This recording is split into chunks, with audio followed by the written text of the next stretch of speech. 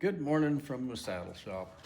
I'm working on my loop seated saddle, and I've got it seat glued in, and I have plugs in here that'll come out, but I've got it rubbed in and letting it dry.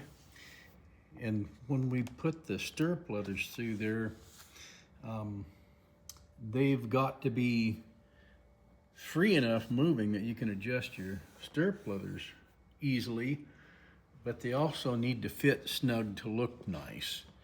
And these plugs I have I leave the edge on them. I put them in there square so that it makes a little more room for my stirrup leathers to travel.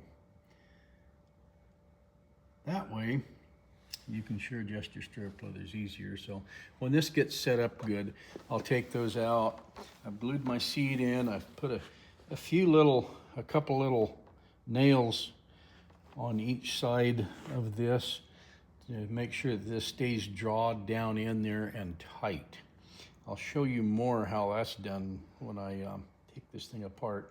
Next step I'm going to do is I'm working on getting the cantle all glued on there nice and trimmed off just the way I want it. And then I'm going to figure out where to put my holes, because it's going to be a rope bound, a rope laced, rawhide bound cantle binding. So I've got to go through with some fairly small, I got 3/16 here, it might take a quarter, I don't know. I'll see what it looks like when I draw some of it down on there.